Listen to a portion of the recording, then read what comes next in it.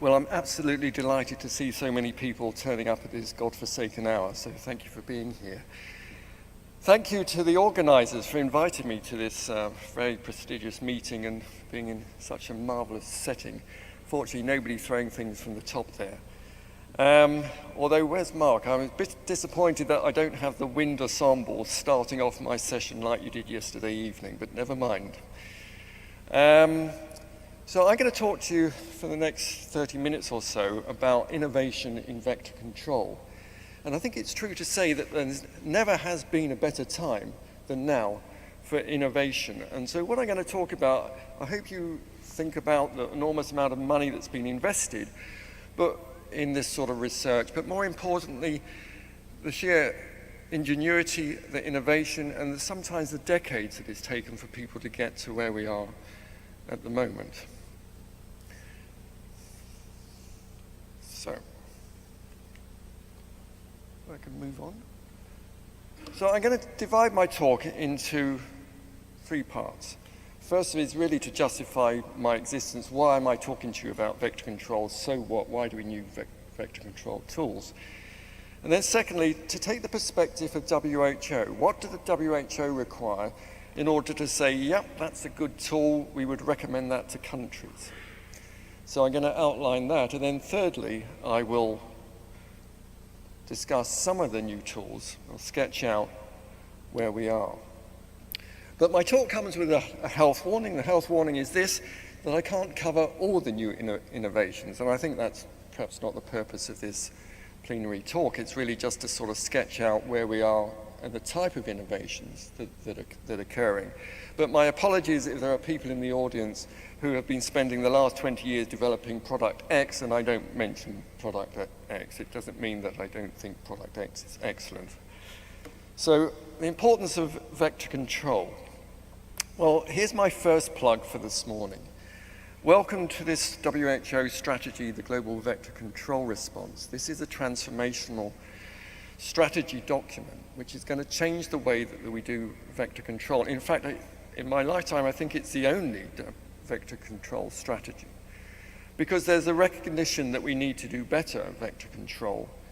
We've got to be cleverer and smarter, more innovative in how we control vectors. And rather than being siloed up into malaria control, dengue control, leishmaniasis control, WHO are asking countries to take a nationwide perspective and to control local diseases with appropriate technology. So with appropriate technology, what the hell does that mean? Well, that's really what the subject of this talk is about. But I said I was going to justify why we're involving ourselves in vector control for the control of vector-borne diseases. Primarily because they produce or cause so much morbidity. So here we are in our tick list of malaria, dengue, leishmaniasis, yellow fever as an example, Chagas disease in Latin America, trypanosomiasis or African trypanosomiasis, and lymphatic filariasis. These are big numbers. And either way, if it's in Dali's as well, and huge hundreds of thousands of deaths from these diseases. One of the important points to appreciate, of course, and you know, I'm preaching here to the converted. These are diseases which primarily affect the poorest of the poor. So this is the challenge. This is an insult. And together, these diseases represent 21% of all infectious diseases.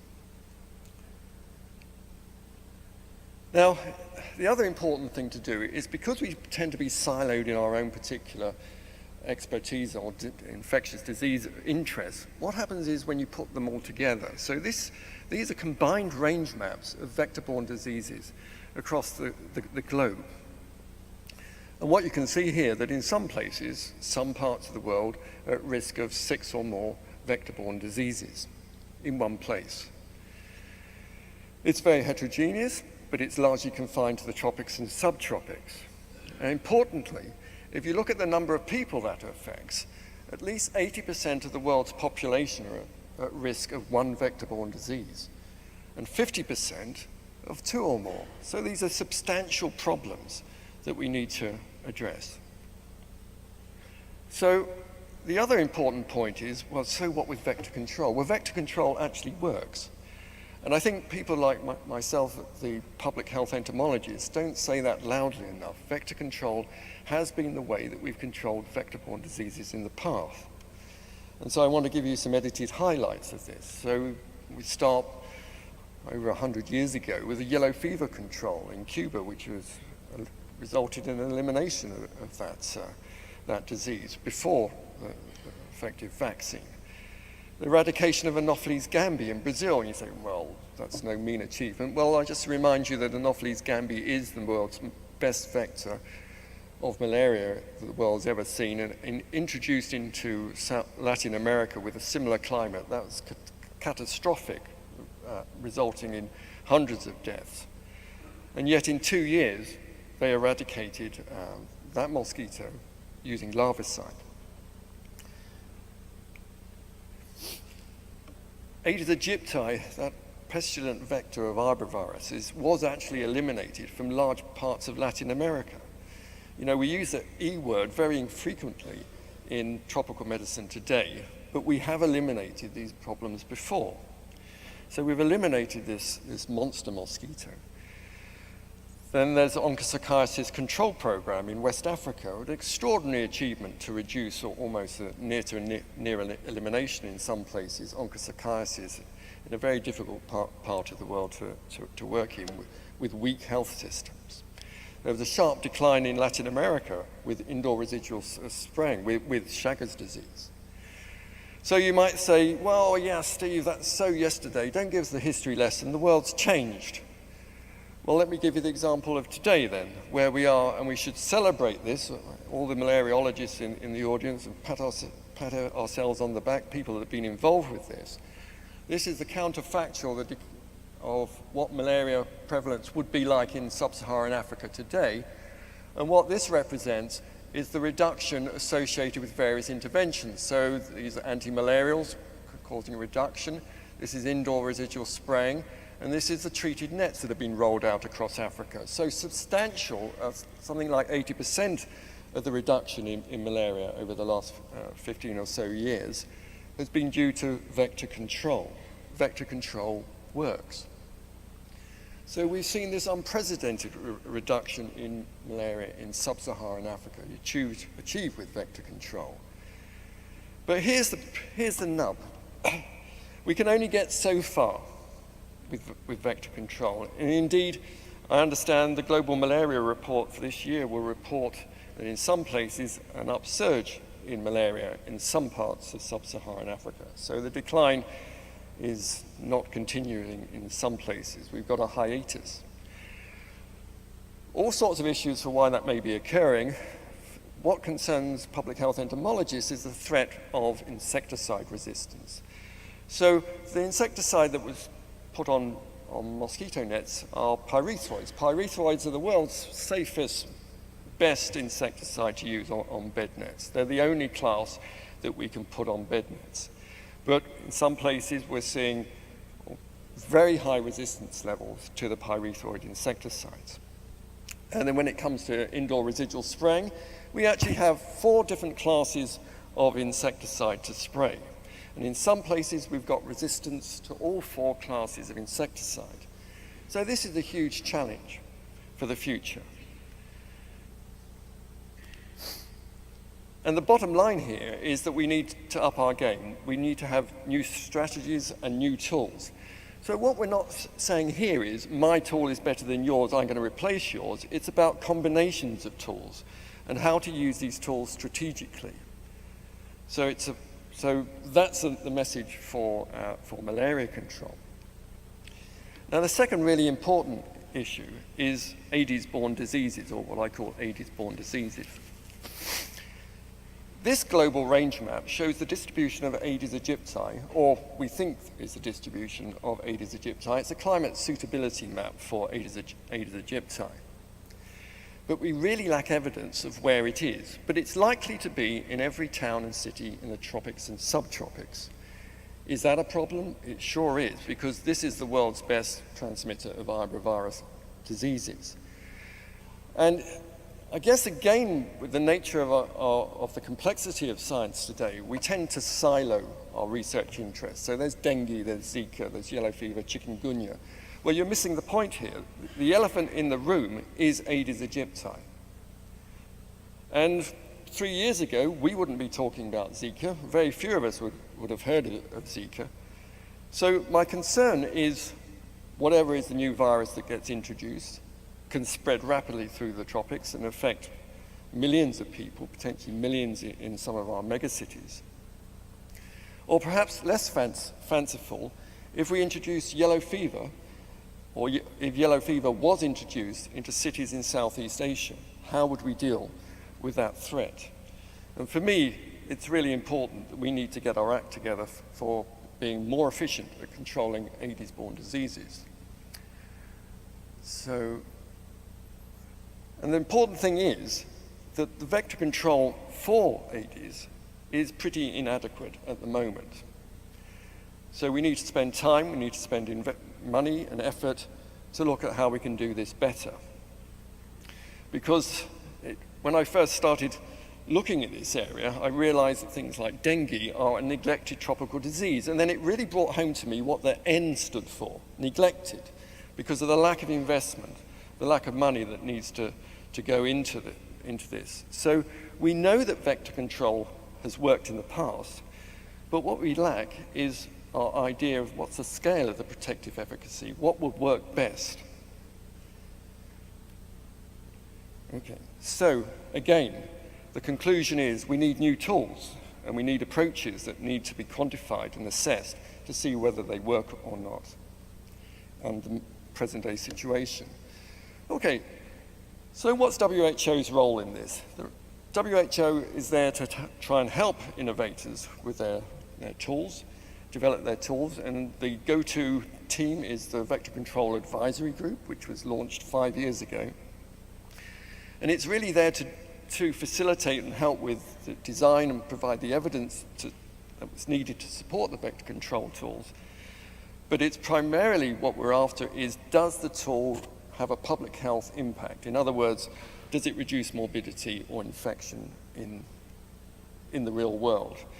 And the step process by which we go through here is we start off with a dream. It's called the target product profile. What does your tool look like? You do some assays in the lab to show proof of concept. This gets scaled up to go into cage experiments or small field trials. And then the real nitty-gritty is the randomized control trials, at least two, to demonstrate the impact against clinical infection or disease.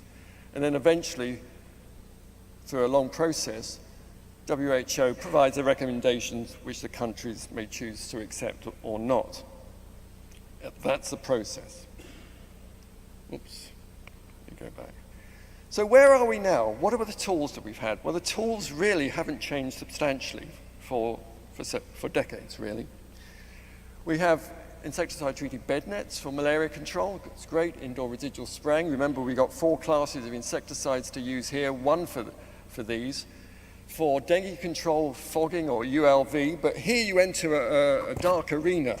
If you talk to people that have done vector control or work with dengue vector control, they fall neatly into 2 camps. One that thinks that fogging is purely cosmetic, and the others that think fogging is the solution to the world's problems. And we really need to get the evidence to determine which one of those ideas is right or not. Larval source management is a supplementary measure, an important supplementary measure in some places, not everywhere, for malaria control and Aedes-borne diseases as well, but it's just 4 or so. So bear that in mind when I start to launch out into the new tools. So where are we with our development? Well, the first little subgroup that I've coined is variations on a theme. So this is based on present practice and with little tweaks. So the first thing is that is the development of new active ingredients. So the Innovative Vector Control Consortium in Liverpool have been really influential in this, working with industry to look at insecticides from agriculture to see how they may be used or not. for public health purposes. And so in the next 5 or so years, we will have 3 or 4 new classes of insecticide that we could use for public health. And so an example here is the neonicotinoids, which are the most commonly sold insecticides for agriculture. So that's helpful. So that's a changing scene. The other thing is with bed nets is, well, what do we do about making these bed nets work more effectively if we live in an area, and we do, because everywhere in sub-Saharan Africa has pyrethroid-resistant vectors now. How can we make these things work better? And the idea is to use combinations of insecticides. So the example I've given you here is pyrethroids plus PBO. PBO is a synergist. Okay, so pyrethroids are broken down by oxidases in the mosquito, but PBO blocks that breakdown. So essentially, it's allowing the pyrethroids to do the business of killing the mosquitoes uninterrupted. I'll come on to that in a bit more detail. Or the whole approach can change. So instead of spraying the insecticide on the wall, which is going to be inconsistent, it may vary according to the type of wall surface that you spray on, we're going to use insecticide-treated lining, which gives a consistent and long-lasting protection. So that's an innovation. Or with Aedes control, well, let's not spray everywhere. Let's focus our spraying on where the mosquito actually is found.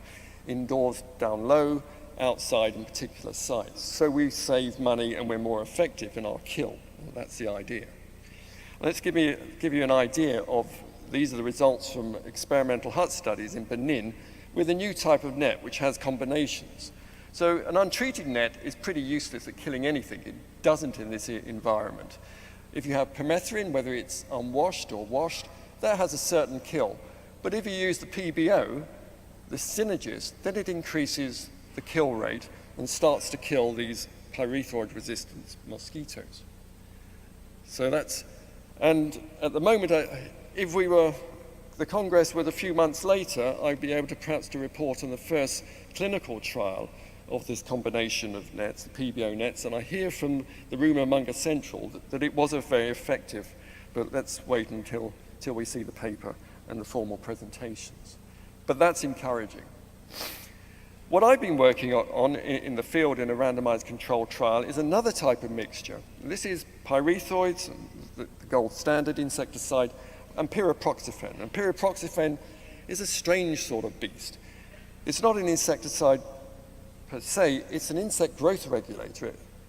It's a hormone. It's a hormone mimic. So it occurs in and works at very low concentrations. What that does is partly kills, but it sterilizes the females which land on the net, so they can't produce offspring.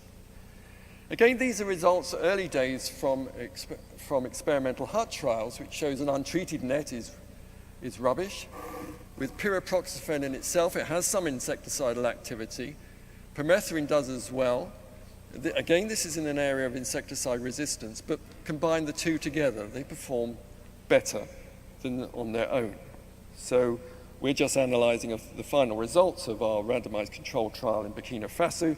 Unfortunately, we haven't got the results finalized yet, so I can't talk about them today. Okay, so that's the first group. And the first group was more or less variations on the theme of stuff that we've been doing at the moment.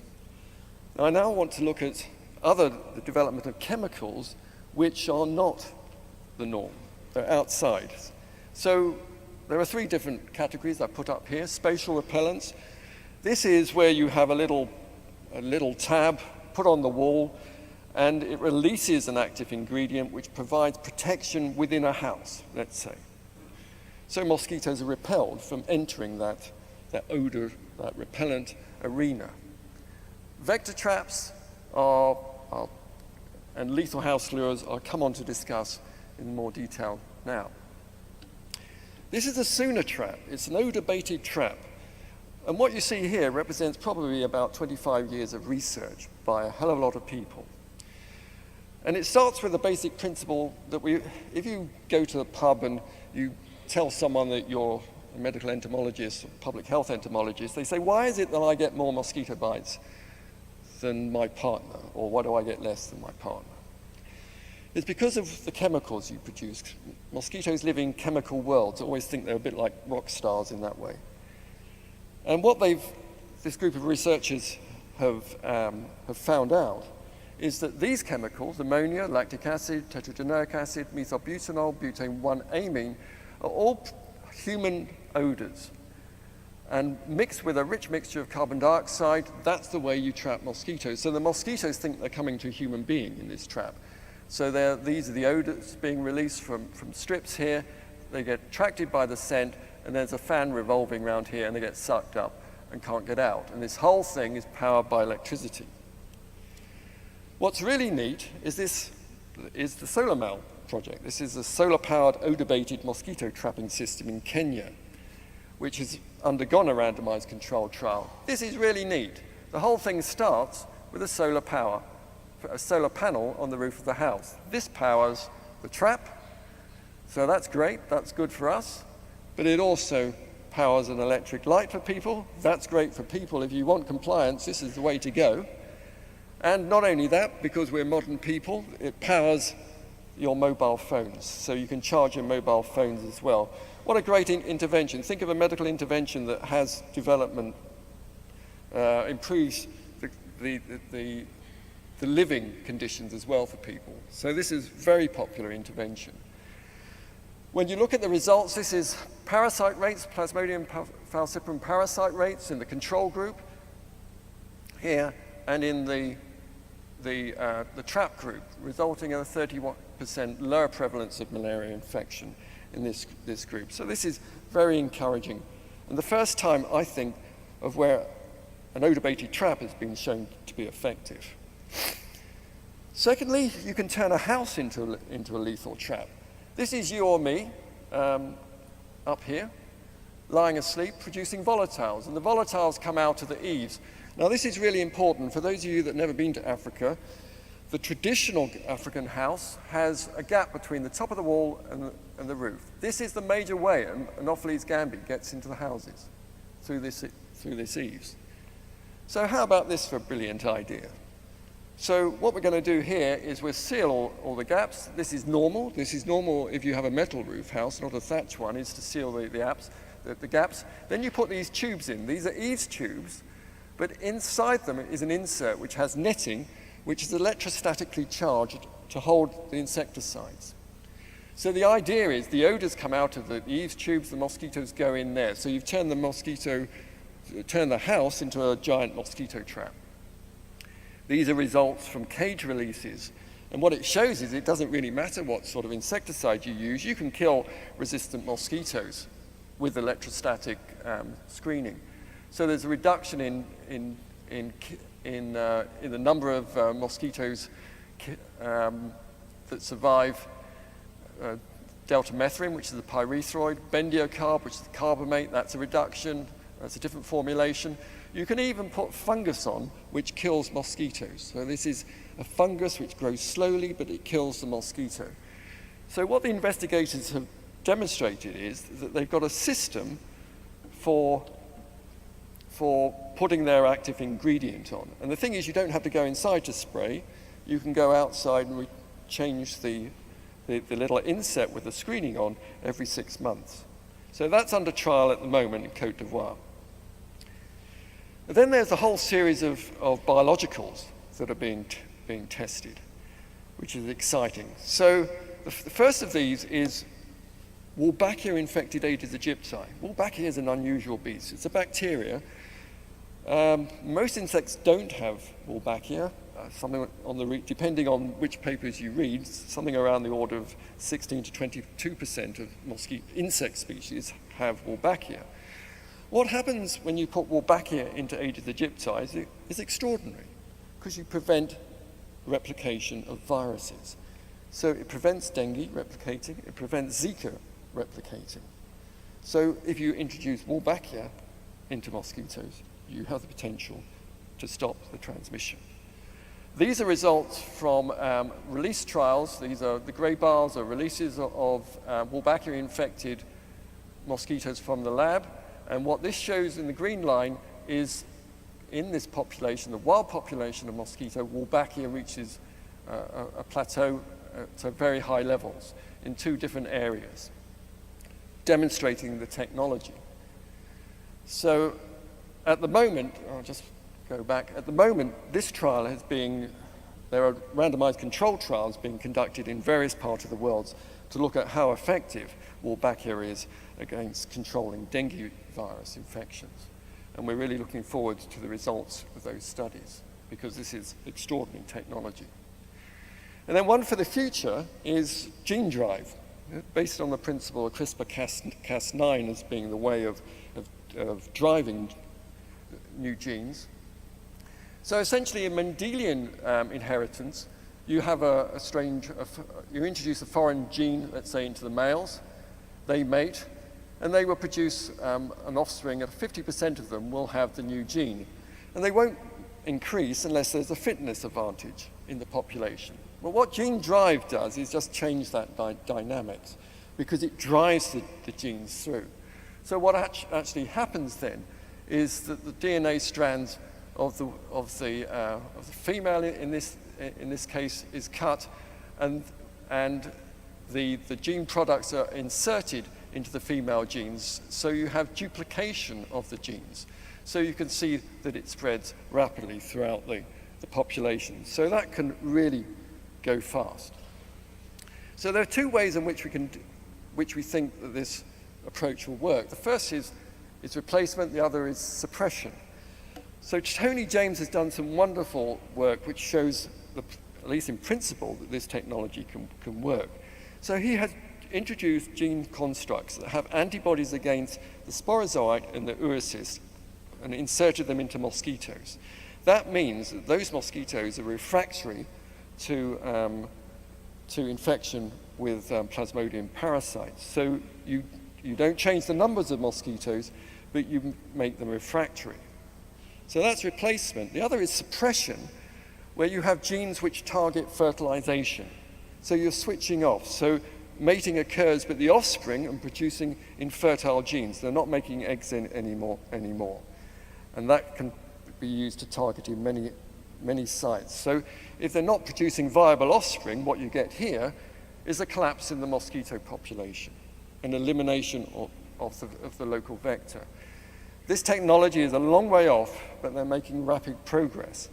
A long way off for field implementation, but they're making rapid progress with developing how to do this. Then I wanted to finish off by talking about, and finally, something which is more strategic. It's about changing the built environment. There are endless opportunities to change the way that we build. In Africa, we have about 1 billion people at the moment. By the end of the century, there'll be 4 billion. Either way that you do the math, that's a lot of houses that are going to be built for the future. Can we build houses which are more protective and prevent mosquitoes getting in? Because 80% of malaria transmission, at least, occurs inside the houses.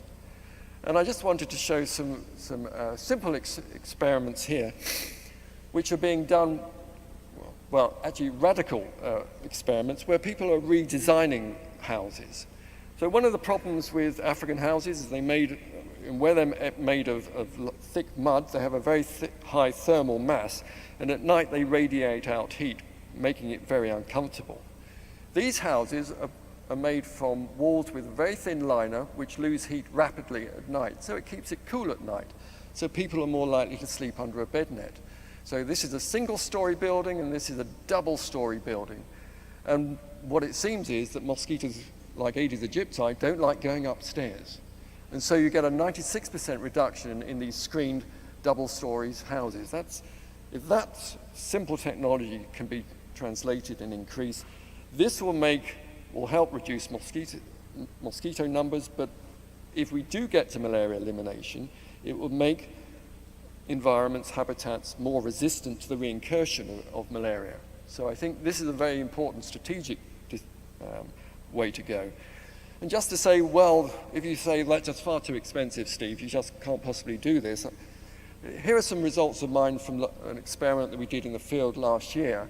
This represents the number of Anopheles gambiae going into traditional houses. So this is the thatch roof house with open eaves. If you fill the eaves in, you collapse the number of mosquitoes going in. because Anopheles gambiae goes in through the eaves. That's a very simple thing to do. That's with mud. That costs almost nothing.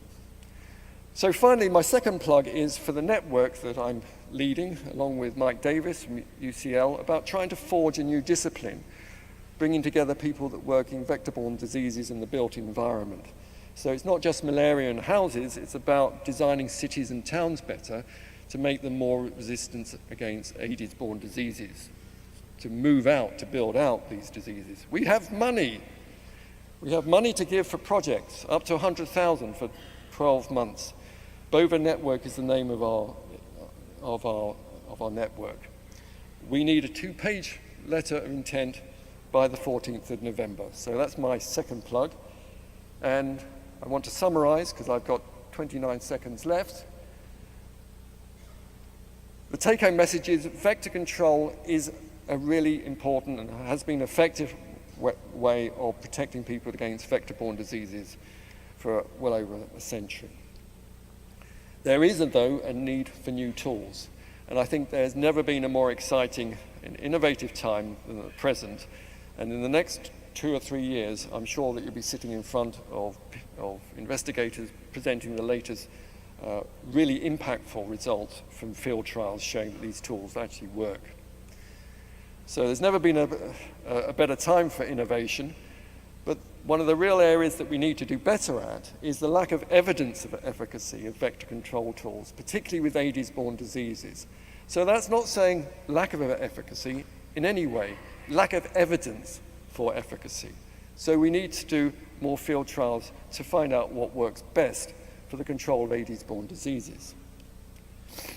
And essentially, the bottom line is, I'm not saying that one tool is better than anything else. We're going to have to use combinations. That's the reality. This is integrated vector management. So thank you very much for listening.